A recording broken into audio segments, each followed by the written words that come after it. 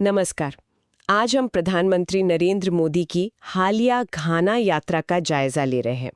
ये 2-3 जुलाई 2025 को हुई थी। दौरा कई वजहों से अहमियत रखता है।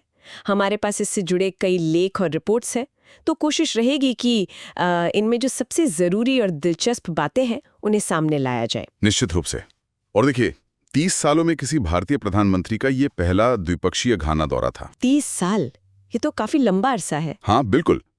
तो इसे सिर्फ एक यात्रा की तरह देखना ठीक नहीं होगा। ये भारत की ग्लोबल साउथ और खासकर अफ्रीका के साथ मतलब अपनी साझेदारी गहरी करने की रणनीति का एक अहम पड़ाव है। तो फिर देर किस बात की? चलिए इस ऐतिहासिक यात्रा के मायने समझने की कोशिश करते हैं। देखते हैं कि हमारे स्रोतों से क्या खास निकल कर आता है। सबसे पहले तो जैसा आपने कहा, ये 30 साल बाद हुआ। पीवी नरसिम्हा राव 1995 में गए थे। उनसे भी पहले जवाहरलाल नेहरू 1957 में। जी। तो जैसा घाना में भारतीय उच्चायुक्त मनीष गुप्ता ने कहा भी, ये वाकई एक ऐतिहासिक पल था। हाँ, और यहाँ ये याद करना भी दिलचस्प है कि ये यात्रा घाना के संस्थापक डॉक्टर क्वामे नक्रूमा और नेहरू जी के बीच के ऐतिहासिक रिश्तों की गूंज भी है एक तरह से। अच्छा, वो गुटनिरपेक्ष आंदोलन वाले रिश्ते? बिल्कुल। दोनों ने मिलकर गुटनिरपेक्ष आंदोलन मतलब नॉन अलाइन मूवमेंट की नींव रखी थी और प्रधानमंत्री मोदी ने नक्रूमा मेमोरियल पार्क जाकर श्रद्धांजलि भी दी। तो वो एक सिंबॉलिज्म भी था इसमें। समझ गई। अच्छा, कार्यक्रम कैसा रहा? काफी व्यस्त लग रहा था। हाँ, कार्यक्रम तो काफी सघन था। जैसे ही वो पहुंचे, औपचारिक गार्ड ऑफ ऑनर हुआ, फिर घाना के राष्ट्रपति जॉन ड्रामानी महामा के साथ द्विपक्षीय बातचीत हुई। हाँ, द्विपक्षीय वार्ता हुई। वैसे कुछ स्रोतों में राष्ट्रपति के नाम को लेकर थोड़ी उलझन थी, पर जनवरी 2025 में महामा जीते थे, तो मुलाकात उन्हीं से ही हुई होगी। सही कहा। और इन वार्ताओं का दायरा काफी बड़ा था। मतलब ऊर्जा, रक्षा, अर्थव्यवस्था, खेती, स्वास्थ्य, टेक्नोलॉजी। और वो डिजिटल पब्लिक इंफ्रास्ट्रक्चर वाला पॉइंट भी था ना? जी हाँ, बिल्कुल। डिजिटल पब्लिक इंफ्रास्ट्रक्चर यानी जैसे भारत का आधार या यूपीआई है, वैसी सार्वजनिक डिजिटल व्यवस्थाएं बनाने में घाना की मदद करना। इन सब मुद्दों पर सहयोग बढ़ाने पर बात हुई। और एक और खास बात हुई, प्रधानमंत्री मोदी ने घाना की संसद को संबोधित किया।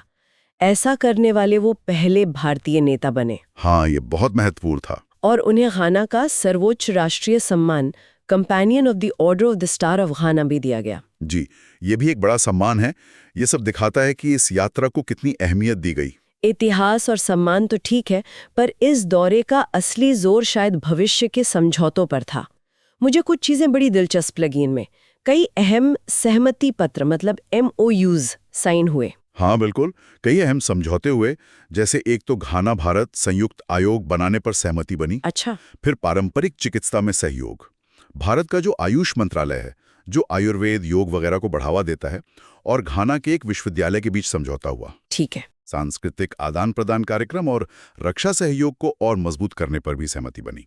इन सब में मुझे लगता है वो वैक्सीन हब बनाने में भारत का सहयोग सबसे ज्यादा ध्यान खींचता है। बिल्कुल, वो शायद सबसे महत्वपूर्ण पहलू में से एक है ना? हाँ, भारत अपनी विशेषज्ञता देगा, अपनी एक्सपर्टीज का इस्तेमाल करके घाना को अफ्रीका के लिए वैक्सीन बनाने का एक केंद्र, एक हब बनने में मदद करेगा। ये तो स्वास्थ्य के क्षेत्र में बहुत बड़ा कदम हो सकता है, खासकर अफ्रीका के लिए। निश्चित रूप से। और ये सिर्फ मदद नहीं है, ये एक क्षमता निर्माण का प्रयास है। कैपेसिटी बिल्डिंग, आत्मनिर्भरता की दिशा में एक बड़ा कदम, खासकर महामारी के बाद के समय में। सही कहा। अच्छा, और आर्थिक पहलू वो भी काफी अहम रहा होगा। हाँ, आर्थिक पहलू भी काफी अहम था।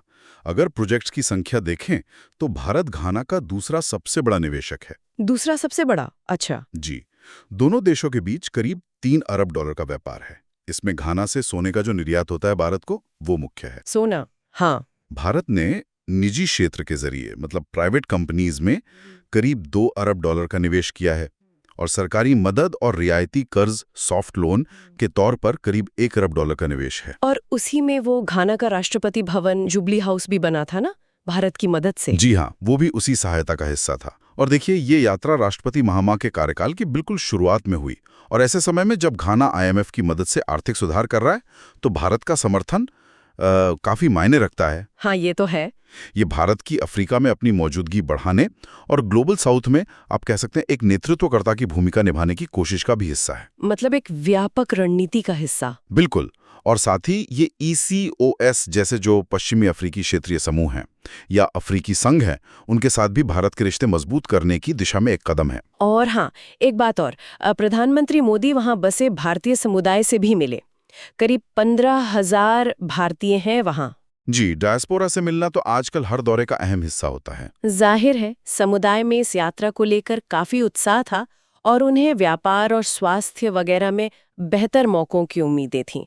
तो कुल मिलाकर इस पूरी कवायद से, इस यात्रा से क्या सार निकलता है?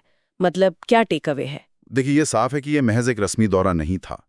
इसने भारत गाना के पुराने रिश्तों को एक नई ऊर्जा दी है। हाँ, वो तो लगा। स्वास्थ्य और अर्थव्यवस्था जैसे अहम क्षेत्रों में ठोस सहयोग की नींव रखी गई है, या कह सकते हैं कि बात आगे बढ़ी है। और अफ्रीका के साथ भारत के जुड़ाव को और गहरा किया इसने। वैक्सीन हब वाली बात मुझे बहुत महत्वपूर्ण लगी। सही कहा। वैक्सीन हब जैसी पहल दिखाती है कि भारत सिर्फ व्यापारिक हितों से आगे बढ़कर विकास साझेदारी पर जोर दे रहा है। ये ग्लोबल साउथ में नेतृत्व की उसकी महत्वाकांक्षा से मेल भी खाता है। हाँ। अब देखना यह होगा कि जमीन पर ये समझौते कितने कारगर साबित होते हैं, आगे ये साझेदारी क्या रूप लेती है। बिल्कुल। और जाते जाते एक सवाल जो मन में आता है वो ये कि इस यात्रा के बाद क्या भारत और घाना के संबंध पारंपरिक सहयोग से आगे बढ़कर एक सच्ची रणनीतिक साझेदारी का रूप ले पाएंगे, खासकर तब जब दुनिया में ग्लोबल साउथ की भूमिका तेजी से बदल रही है और शायद ज्यादा महत्वपूर्ण होती जा रही है। ये सोचने वाली बात है।